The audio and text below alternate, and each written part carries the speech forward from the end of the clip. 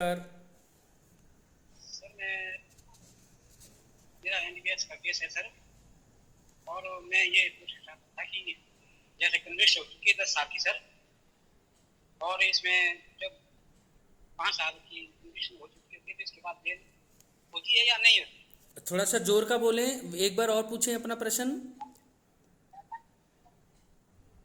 Sir इनको conviction हुई है ना 10 साल की, ये बोल रहे हैं मेरे को 5 साल बाद बेल मिल जाएगी या नहीं एनडीपीएस में।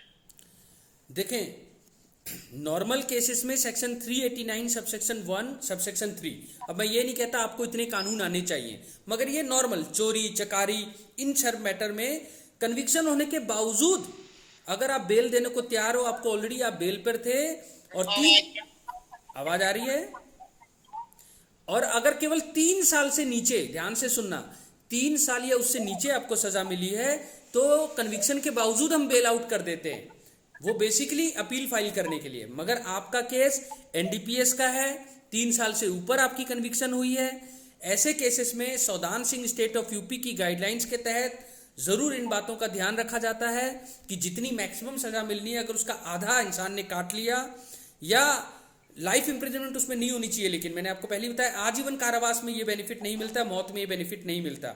इसके अलावा अगर आपने आधा काट लिया है और अगर आधे का हिसाब नहीं है तो एटलीस्ट 8 साल बाद आपको जरूर अपने रिमांड काउंसिल को बोलना चाहिए मेरी बेल लगाई जाए।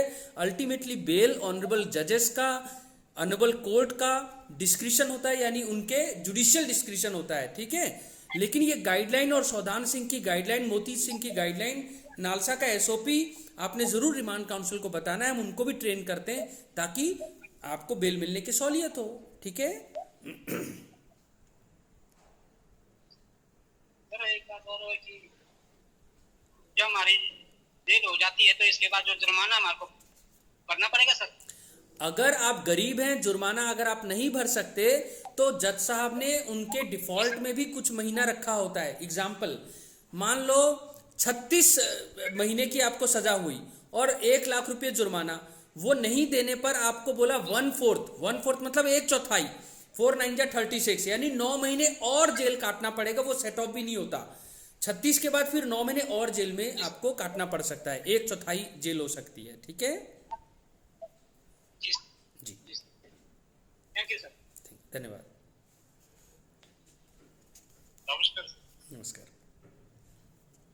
सर 420 का केस है और आईटी एक्ट 420 लगी हुई है सर, 8 महीने हो गए। आगे तो बैठाओ ना, सीखिए। क्या बोल, वापस बोलें। सर 420 और आईटी एक्ट लगा हुआ है सर, 8 महीने से ऊपर हो गए, केस चार्ज पे लग गया है और चार्ज पे लगे भी सर 2 महीने के ऊपर हो गए सर, बेल नहीं मिलता। 420 और आईटी एक्ट समझ गया। देखो, इनकम टैक्स, ये इनकम टैक्स कह रहे हैं, इंफॉर्मेशन टेक्नोलॉजी एक्ट जो है, इसमें अगर आपने ऑनलाइन फ्रॉड किया है या ऑनलाइन किसी के साथ आपने धोखाधड़ी करने का आरोप आप पे लगा है, ठीक है, तो इसमें भी नॉर्मल सीआरपीसी के अलावा इंफॉर्मेशन टेक्नोलॉजी एक्ट 2000 के प्रावधान भी लग जाते हैं।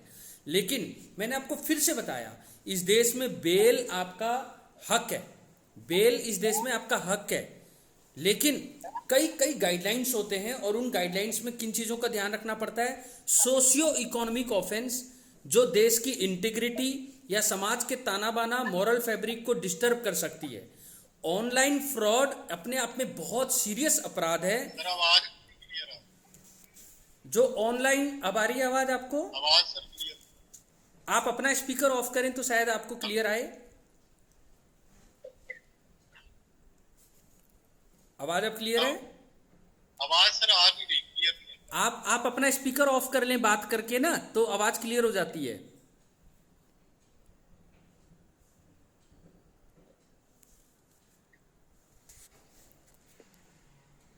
अब क्लियर है? सर आवाज नहीं आ रही है।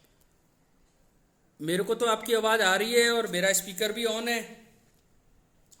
आप अपना माइक बंद कर लीजिए।